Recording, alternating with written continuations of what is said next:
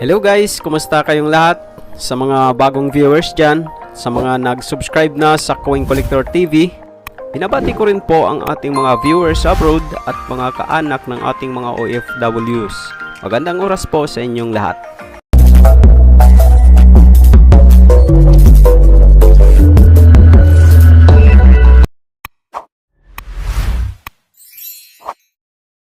Sa video natin ngayon guys ay bibigyan natin ng pansin itong 5 piso commemorative coin na bagong bayani.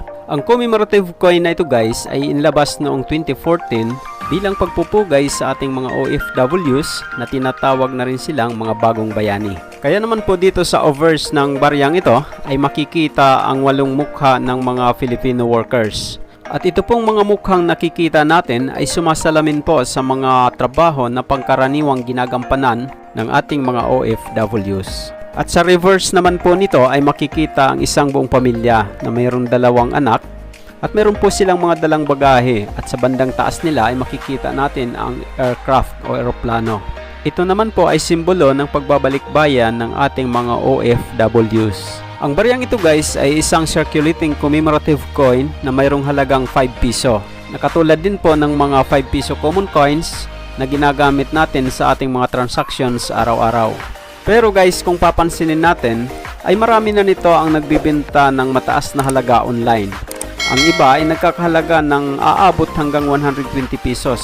Kaya po naibibenta ang baryang ito sa mas mataas na halaga sa kanyang face value ay dahil po sa marami ang gustong magkaroon nito.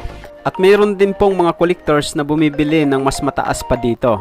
Depende po sa pangangailangan ng isang collector. Sa ngayon, mataas po ang demand ng mga coin collectors sa baryang ito. Ngunit kukunti lang naman po ang ginawa ng Bangko Sentral.